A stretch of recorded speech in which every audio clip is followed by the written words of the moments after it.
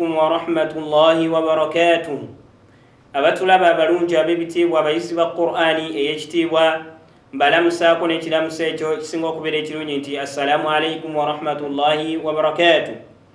mbaniriza musomo gwaffe ogwa tajwidi al Qur'an Karim nateera nga tuli ku topiki ya almududu okuwangala okuli mu Qur'ani ey'ekitiibwa nga mu misomo gyaffe gyayita twalaba definition okuwangala kyeki, ne tulaba ennyukuta eziwangala era ne tulaba n'ennyukuta ze tuyita harufu allin oba harufa allin kuba ziri bbiri.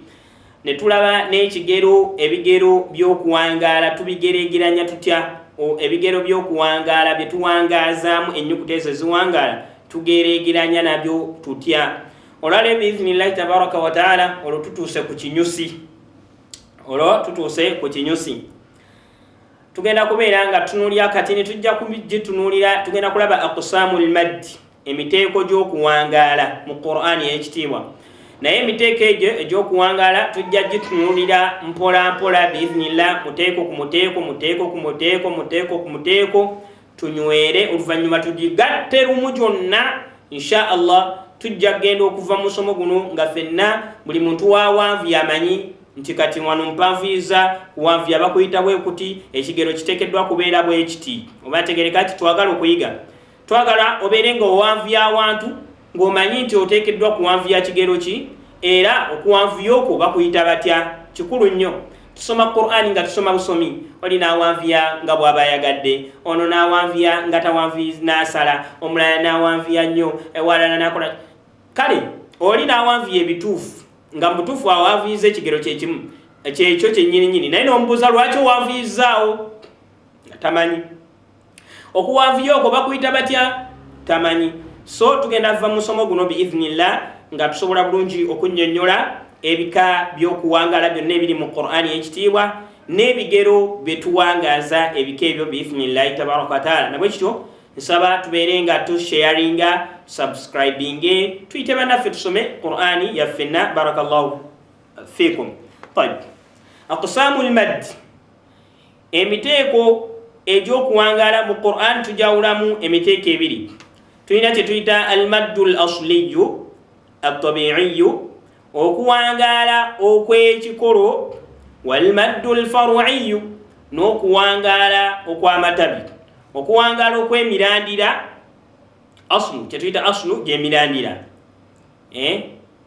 okuwangaala okw'ekikolo okw'amatabi, okw'ekikolo omuti, kyova nti omuti bwe guba guyimiridde bwetyo wansi waagwo wabeerawo ki, wabeerawo emirandira, y'ensibuko yaako y'omuti ogwo. Ate waggulu eno ne wabeerayo amatabi. Omuti gusobola okubeera nga guyina emirandira wansi oba omulandira, naye waggulu nga guyina amatabi ag'enjawulo, kye tuyita far'iyu. Far'iyu ge matabi. Omuti gusobola okuba nga guyina amatabi 3, amatabi 4, oba ntegereka. Naye nga ekikolo kyagwo kiri kimu, ye aslu, oba ntegereka, guva wansi nga Allah bwe yatukubira ekifaananyi nti alam tara kaifa daraba Allahu mathalan kalimatan tayyibatan ka shajaratin tayyibatin asluha thabitun wa far'uha fi ssamaa. Allah yatukubira ekifaananyi ky'ekigambo ekirungi. Ekigambo ekyo ekirungi nga ensibuko yaakyo thabit, nywevu.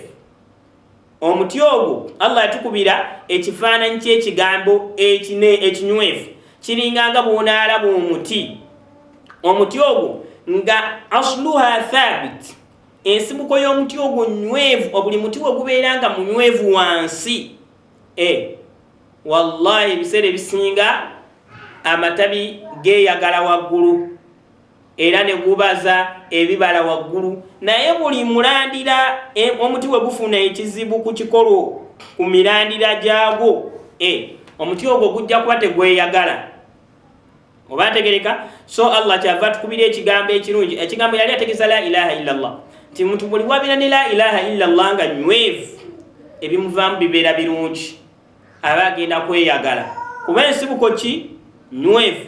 Nabwe kityo buli kifaananako n'omuti, nti omuti we gubeera nga nywevu, aslun yensibuko, faruuha fi sama gweyagala waggulu amatabi gago gabeera mu bbanga nga geeyagala tuuti ukula kulla hiinin biidhni rabbiha omuti ogwo amatabi gatandika okussa ebibala ng'ebibala ebyo birungi byeyagaza buli abitunulako awuli ayagala alye ku kibala vula la ilaha illallah omuntu alina la ilaha illallah wallahi tagambika nga ntuufu ku mutima emuluma aba ayina ensonyi eri Allah aba ayina ensonyi eri abantu ayanguyirizibwa eri abantu buli muntu aba ayagala amuggyeko irimu buli muntu aba ayagala kwegamba abeereko gwali lwaki asluha thabitu ayina ensibuka ennungi kakati faruuha amatabi ge ebibala bimulabikirako wallahi tugamba sheekh oyo wallahi nga tetumanyi Allah yasinga okumanya ne sheekh oyo wallahi wamujjana sifa babagaba ejjana naye tulaba embeera tumanyi ayinza okwembeera ze wallahu alam Allah yasinga okumanya buli muddu we era gwe asinga okwemanya naye ffe tusobola okukulamulako ne tugamba nti wallahi sheekh oyo okusinziira masha Allah tabaraka arrahman nga tulaba faruuha ebimuvaamu biwoomu kana bwe kityo okuwangaza tukomyewo mu kuwangaala okuwangaza tulina kye bayita kulimu emiteeko ebiri first of all tukwawulamu emiteeko ebiri waliwo okuwangaala kwe tuyita aslun okwensibuka okw'amatabi ne wabaawo okuwangaala kwe tuyita alfaruiyu okw'ekikolo okw'amatabi kuliyo kwa kikolo aslun faruu kwa matabi oba ntegereka tayib kakati olwaleero biiznillah tugenda kulabako omuteeko gumu ku kuwangaza okw'ekikolo tugambye okuwangaza tukwawulamu emiteeko ebiri okuwangaala okw'ekikolo n'okuwangaala okw'amatabi tugenda kutandikira ku kuwangaala okw'ekikolo okuwangaala okw'ekikolo nako kulimu ebika by'okuwangaala ebyenjawulo kiseeyo birowoozo okuwangaala al asliyu okw'ekikolo okuwangaala okw'ekikolo nako kulimu emiteeko egy'enjawulo omuteeko ogusooka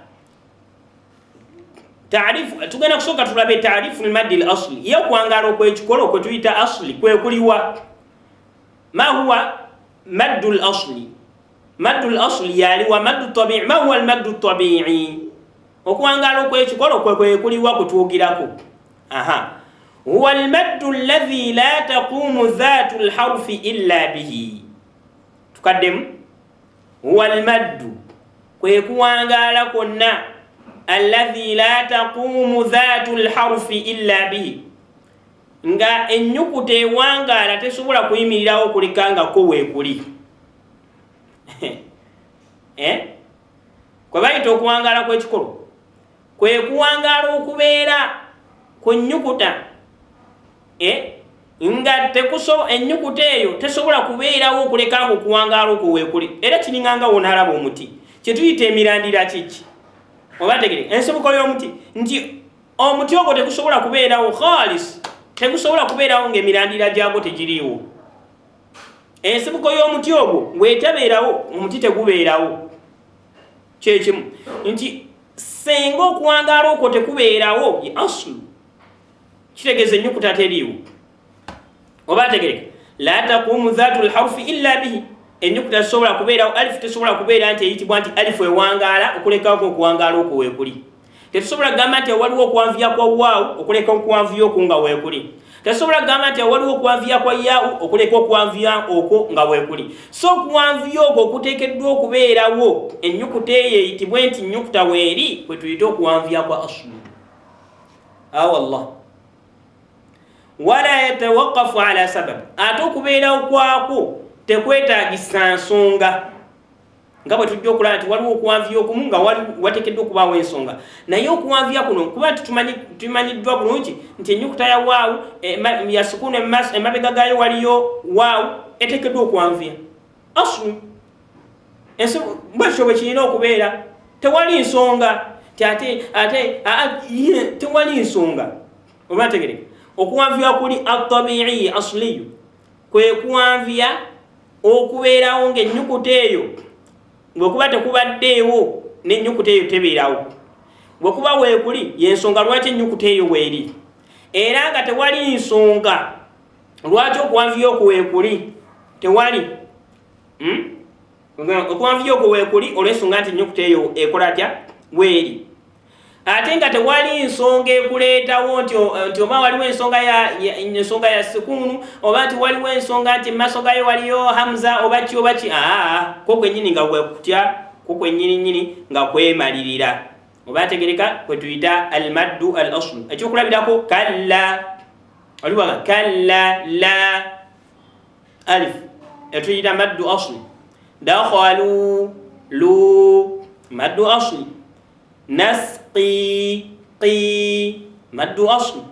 Oba tegereka tayib. Sababu tasmiyatu, ensonga lwaki kwayitibwa erinnya eryo erya maddu al asli, لأن صاحب الطبيعي السليم لا يزيده ولا ينقصه عن مقدار مده. olw'ensonga nti lwaki kwatumibwa tabiiyi kwa butonde oba ku asuli kwa kikolo, olw'ensonga nti omuntu alina ekikolo ekituufu oba alina ensibuko ennungi, la yaziduhu, ensibuko yo teyeeyongera. Ensibuko yo ebeera etya? Ebeera emu, teyongerwamu. Wala yankusu, era tekendeerezebwa. Ensibuko ebeera etya? Emu, teyongerwako ate tekola ki? Tekendeerezebwako. Nekutuumibwa okuwanvuya okwo nga kwa maddu at-tabiiyu maddu al-asliyu. Oba ntegereka? Tayib. Ekigero ky'okuwanvuya okwo miqdaaru, ekigero tuwanvuya okuwanvuya okwo kigero ki? Olw'ensonga nti kuli asli, ate ensibuko y'okuwangaala kwonna ziba harakati bbiri. Kitegeeza okuwanvuya okwo ekigero kyakwo yamuddu al-maddu at-tabiiyu bimiqdaari harakataini. Tukuwanvuya harakati bbiri. Harakati twakyogeddeko, bw'ate akitegedde ddayo mu misomo gyaffe egyakulembedde ojja tegeera kye bayita harakati bbiri. Buli kye tukwonyeeko oteekeddwa okubeera ng'okitegeera bulungi, kubanga tetujja kiddamu, tujja kuyitanga mu bwangu. So okuwanvuya kwonna kwonna okwa maddu tabiiya tuwanvuya harakati bbiri. Harakati bbiri twazirabye, oba tegereka. Famathalan, ekyokulabirako zamanu nutuqi bi qa, zamanu nutuqi qa. Ebbanga lyetumala nga twogeramu qa ze harakati bbiri, kuwanvuya kwa harakati bbiri, lyebbanga lyerimu lyetuwongereramu qa harakati bbiri. Qa haraka empeereza bbiri. Qa tuba twogedde fatha emu, qa fatha bbiri. Bwetuga qa netuzigatta ze harakati bbiri. Qa dayo misomo gyaffe egyakulembedde wobanga tukitegedde bulungi onnyonnyoke bulungi biiznillahi tabaraka wataala. Tayib. Nabwe kityo nekubeera nga kweko okuyitibwa almaddu at-tabiiyu al-asliyu, okuwanvuya kw'ekikolo tuwanvuya harakati bbiri. Tayib. Kaakati ebigwa, waliwo ebika by'okuwanvuya ebigwa mu ttuluba eryo erya asliyu erya tabiiyu. Waliwo ebika by'okuwanvuya nga bigwa mu ttuluba ery'okuwanvuyizibwa okwa tabiiyi okw'ekikolo, amakulu nga tuwanvuya harakati bbiri. Ebika ebyo weebiri, era ekika ekisookera ddala ye maddu silati sughra. Oba tegereka, ekika kya maddu silatu as-sughra biiznillah kwe tujja tutandikira ku mulundi ogujja insha Allah, olw'ensonga nti maddu silatu sughra aliko ebyokwetegereza bingi. Tulabe n'ebikolo ebirala biiznillah ku mulundi ogujja. Barakallahu fikum wa jazakumullah.